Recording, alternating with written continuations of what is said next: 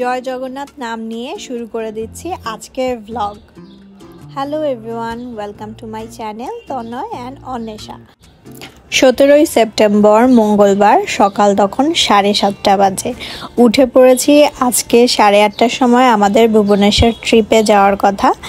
তো গতকাল রাতেই হোটেলকে বলে রেখেছিলাম আমাদের ব্রেকফাস্টটা যেন দিয়ে যায় রুমে। ধোসা দিয়ে গেছে, সাউথ ইন্ডিয়ান খাবার। এই হোটেলে কিন্তু নিরামিষ খাবারই পাওয়া যায়, তাই আমরা ধোসা অর্ডার করেছি। And Indian dosa for the first time I will try and দেখি টেস্ট কেমন হয়। মশলা ধোসা ছিল, সাথে তো সাম্বার আর ওই চাটনি ছিল। টেস্ট ভালো ছিল, এই হোটেলের খাবারের মান খুবই ভালো। তো বের হয়ে পড়েছি রেডি হয়ে, তখন 8:15 মতো বাজে, যেহেতু 8:30টার সময় আমাদের গাড়ি আসবে। গতকাল রাতেই আমরা হোটেল ম্যানেজমেন্টকে বলে একটা গাড়ি ঠিক করে রেখেছিলাম। চাইলে আমরা বাসে যেতে পারতাম, পুরী থেকে গভর্নমেন্ট ওয়াইজ যেই বাসগুলো ছাড়ে সেই বাসে, ওখানে এসি বাস আছে, কিন্তু আমরা সেটা চুজ করিনি। কারণ বাসে গেলে যেটা হয় যে একটু হেকটিক শিডিউল হয়ে যায়, টাইম মতো যেতে হয়, কোনোখানে গেলে পরে একটা নির্দিষ্ট টাইমের মধ্যে ব্যাক করতে হয়। That's why we choose private car. আপনারা যদি বাসে যেতে চান তাহলে স্বর্গদ্বারের সামনে থেকে বাস বুক করতে পারেন, অথবা হোটেলকে বললেও কিন্তু ওরা ম্যানেজ করে দিতে পারে। আমাদের গাড়িতে খরচ গেছে 2800 টাকা, বাসে গেলে আপনাদের সেটা আরও কম। তো দেখতেই পাচ্ছেন কথা বলতে বলতে কিন্তু আমাদের গাড়ি ছেড়ে দিয়েছে ভুবনেশ্বরের পথে। আমাদের আজকে একটা ফুল ডে ট্রিপ ভুবনেশ্বরে। আমরা যাব ভুবনেশ্বরের লিঙ্গরাজ মন্দিরে, ধবলগিরি, খণ্ডগিরি, উদয়গিরি, কোণার্ক সান টেম্পল আর আশেপাশে যে কয়েকটা ছোটোখাটো মন্দির পাওয়া যায় সেগুলা, আর চন্দ্রভাগা বিচ। তো চলো ঘুরে আসি। আজকের ডে ট্রিপের আমাদের ফার্স্ট ডেস্টিনেশন ছিল ধবলগিরি বা ধৌলিগিরি। আমাদের গাড়ি কিছুটা নিচে পার্ক করলো, এখান থেকে আপনাদেরকে একটু উপরে উঠে যেতে হবে। উপরে ওঠার পথেই আপনারা ভুবনেশ্বরের একটা ভিউ পাবেন। যেহেতু এটা একটা মন্দির, তাই এখানে আপনাদের জুতা খুলে রেখে যেতে হবে। ধৌলিগিরিতে আসলে আপনারা দুটা জিনিস দেখতে পারবেন। একটা ধবলেশ্বর মহাদেবের মন্দির, যেটা এখন দেখতে পাচ্ছেন, এটাই ধবলেশ্বর মহাদেবের মন্দির। এখানে আপনারা পূজা দিতে পারবেন। যেখান থেকে আমরা উঠলাম সেখানে পূজার সামগ্রী বিক্রি করছিল, এবং এই মন্দিরের পাশে এই যে এখানে দোকান আছে, সেখান থেকেও আপনারা সামগ্রী কিনে পূজা দিতে পারেন। অথবা মন্দিরের ভিতরে গেলেও পুরোহিতরা নিজেরাই আপনাদেরকে পুজো দেওয়ার ব্যবস্থা করে দিবে।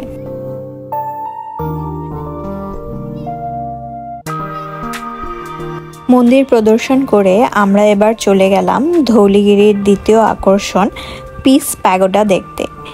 এটাকে শান্তি স্তূপও বলা হয়। এটা 1970 সালে জাপান সরকারের সহায়তায় নির্মিত একটি স্তূপ। এখানে 4টা বৌদ্ধ মূর্তি আছে, 4টি 4 রকম মুদ্রা ধারণ করে আছে। আর এই জায়গাটার আরেকটা বিশেষ তাৎপর্য হচ্ছে সম্রাট অশোকের কলিঙ্গ যুদ্ধ। সম্রাট অশোক যখন এই কলিঙ্গ আক্রমণ করে, তখন প্রায় 1.5 লাখ মানুষের মতো শহীদ হয়। তো বলা হয়ে থাকে যে এখানে যে দয়া নদী আছে সেটা পুরা লাল হয়ে যায় রক্তে। তো তখন সম্রাট অশোক অনুতপ্ত হয়ে বৌদ্ধ ধর্ম গ্রহণ করে। সামনে দূরে দেখা যাচ্ছে দয়া নদী। এই দয়া নদী নাকি লাল হয়ে গিয়েছিল শহীদের রক্তে। পরবর্তীতে সম্রাট অশোক বৌদ্ধ ধর্ম প্রচার করে এবং অহিংসার পথে নিজেকে নিয়ে যায়।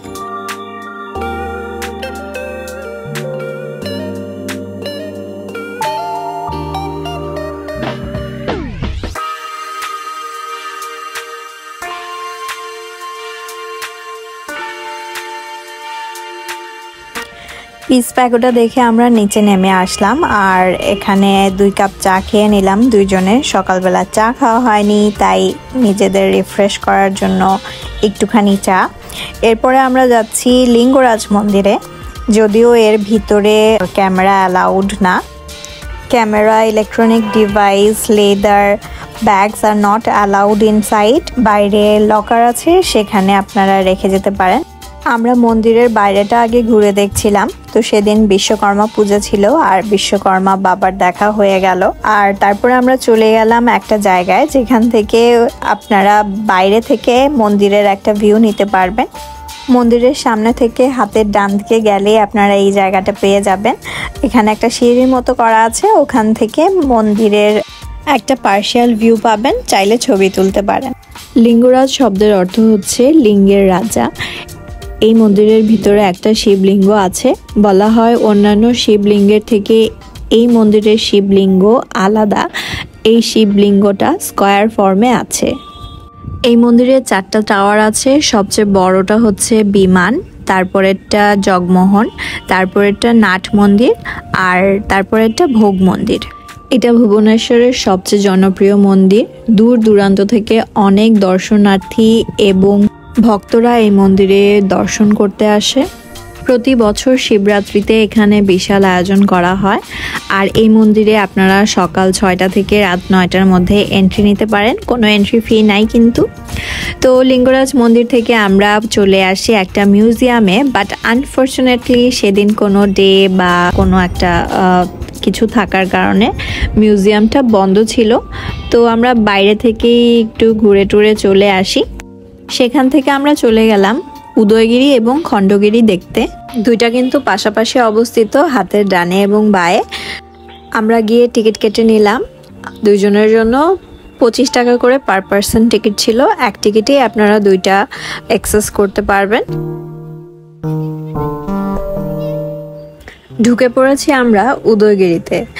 উদয়গিরি অর্থাৎ সানরাইজ হিল, যার অর্থ উদীয়মান সূর্যের গুহা বা পর্বত। এখানে 117টার মতো গুহা আছে, তবে সবগুলা দেখা যায় না। 35টার মতো মেবি ওপেন আছে। আর এখানে আগেকার দিনে বৌদ্ধ এবং জৈন মঙ্ক যারা, তারা সাধনা করত বা মেডিটেশন করত, এবং যাতে তারা শান্তিপূর্ণভাবে সাধনা করতে পারে তার জন্য এখানে তাদের গুহা করে দিয়েছিল তখনকার রাজা। তো আপনারা এই উদয়গিরির উপর থেকে সুন্দর একটা উড়িষ্যার ভিউ পাবেন।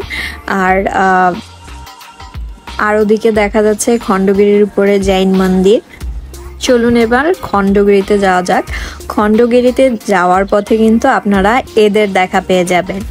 সিঁড়ির প্রতিটা ধাপে ধাপে ওরা বসে থাকবে আপনাদেরকে আমন্ত্রণ জানানোর জন্য। চাইলে আপনারা ওদেরকে খাওয়াতেও পারেন। ওখানে বাদাম, কলা এগুলা বিক্রি করছিল।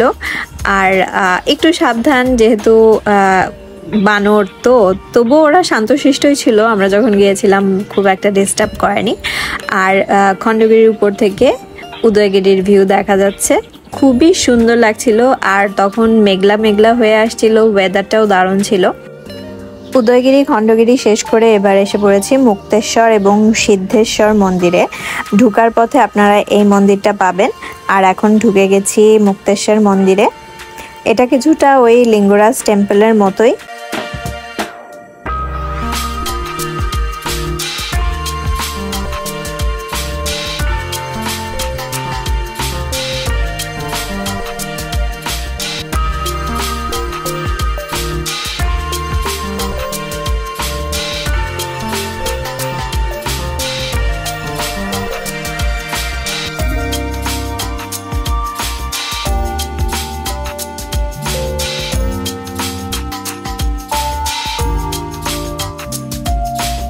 ঘুরতে ঘুরতে দুপুর গড়িয়ে গেল আর চলে গেলাম একটা রেস্টুরেন্টে। খেয়ে নিলাম একটা থালি। মোটামুটি ছিল, খুব আহামরি কিছু ছিল না থালিটা। অ্যান্ড দেন আমরা চলে গেলাম সান টেম্পল দেখতে, কোণার্কে। সান টেম্পলে ঢুকার মুখে আপনারা অজস্র দোকান দেখতে পারবেন। এখানে রয়েছে বিভিন্ন ধরনের আইটেম। যদি মনে করেন যে হ্যাঁ ঘুরতে এসেছি, কারোর জন্য কিছু গিফট নিয়ে যাব বা নিজেদের জন্য কিছু স্মৃতি নিয়ে যাব, এখান থেকে অবশ্যই আপনারা কেনাকাটা করতে পারেন।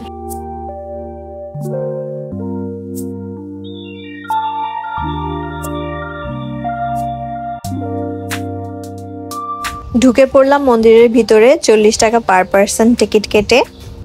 বলা হয়ে থাকে কোণার্কের এই সূর্য মন্দিরটি 1250 খ্রিস্টাব্দে পূর্ব গঙ্গার রাজা নরসিংহ দেবের রাজত্বকালে সূর্য দেবতাকে উৎসর্গ করা হয়। এই মন্দিরটি একটি বিশাল অলংকৃত রথের আকারে পাথর থেকে তৈরি করা হয়েছিল। 12 জোড়া বিশাল চাকার উপর পুরো মন্দিরটি নির্মিত। আর এই রথটাকে টেনে নিয়ে যাচ্ছে 7টি ঘোড়া। যদিও বেশিরভাগ জিনিসই ধ্বংসপ্রাপ্ত, অনেকটাই ধ্বংস হয়ে গেছে। প্রায় 300 বছর নাকি এটা বালুর নিচে চাপা পড়া ছিল। পরবর্তীতে 1904 সালে বড়লাট লর্ড কার্জন উদ্ধার করেন এটি। তবে এখানে খোদাই করা কারুকাজগুলো এত সুন্দর, এখনো অনেকটাই ভিজিবল। সত্যিই চোখ ধাঁধিয়ে যায় এই কারুকাজগুলো দেখলে। 13 শতক আগের পাথর দিয়ে নির্মিত, তবুও এখনো এত সুন্দর আছে। আর আমরা ঘুরতে ঘুরতে দেখলাম এখানে একেন বাবুর শুটিং হচ্ছে। অবশ্য কালকে পুরীতেও দেখেছিলাম, আজকে ওদের এখানে আবার দেখে ফেললাম যে ওরা এখানেও শুটিং করছে। একেন বাবুর নেক্সট সিরিজ আসলে তখন আমরা মেমোরাইজ করতে পারবো যে আমরা তখন ওইখানে ছিলাম। তো যাই হোক, এখানে অনেকগুলা জায়গায় দেখলাম যে রিকনস্ট্রাকশন করেছে। যেমন এই জায়গাটা দেখলে বোঝা যাচ্ছে যে এখানে নতুন করে কাজ করা হয়েছে। তো হয়তো ওরা সংরক্ষণ করতে চাচ্ছে জিনিসটা। যাই হোক, সেখান থেকে ঘুরে আমরা চলে গেলাম চন্দ্রভাগা সমুদ্র সৈকতে। পরন্ত বিকেলে সমুদ্র সৈকতের সামনে গিয়ে বেশ ভালো লাগছিল। আর অ্যাপারেন্টলি পুরীর থেকে এই সমুদ্র সৈকতে কিন্তু ভিড় কম। জাস্ট খালি মেইন যে সামনের জায়গাটা সেখানেই টুরিস্টরা ছিল, আশেপাশে কিন্তু বেশ ফাঁকা ছিল।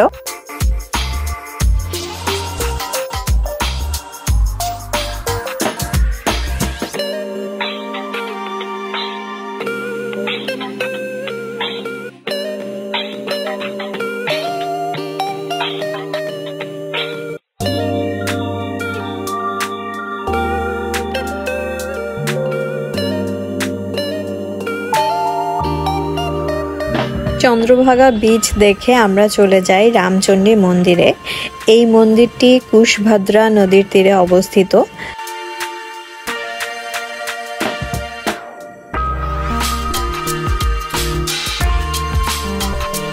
মন্দিরটির পাশে নদীর ধারে খুব সুন্দর বসার জায়গা আছে। বিকালবেলা এখানে বসে থাকতে বেশ ভালো লাগছিল। চাইলে আপনারা বোটিংও করতে পারেন। এখানে অনেকগুলা বোট এখানে রাখা আছে, ঘাট করা আছে। সেখান থেকে অনেকেই দেখছিলাম যে বোটিংয়ের জন্য যাচ্ছিল।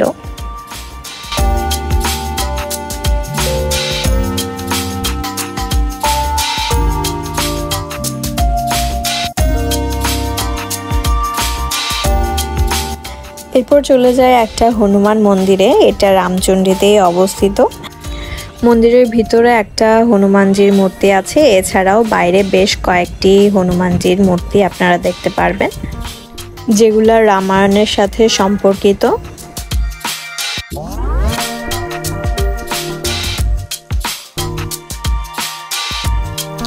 আজকের মতো ভুবনেশ্বর ট্যুর আমাদের এখানেই শেষ। ভুবনেশ্বর ঘুরে টুরে এখন ব্যাক টু পুরী।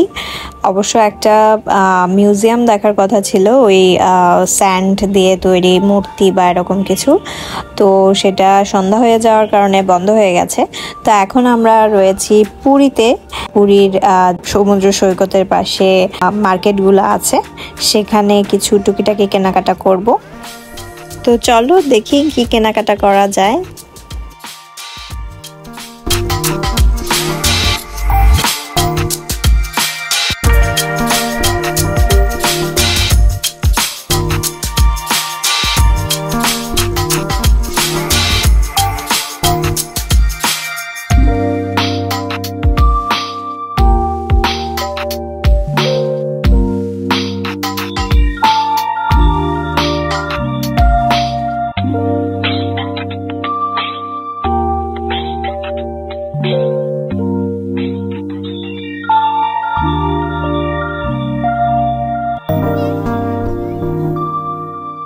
পুরীতে এসেছি আর গাঙ্গুরাম থেকে খাজা কিনবো না, তাহলে তো পুরী ভ্রমণই বৃথা। কিনে নিলাম। আর শেষবারের মতো পুরীর সমুদ্র সৈকতকে টাটা জানিয়ে আজকের মতো এই ব্লগটা শেষ করছি। কেমন লাগলো তোমাদের আজকের এই ব্লগ জানিও কিন্তু কমেন্ট সেকশনে। আর ভালো লাগলে please do like, comment, share and subscribe.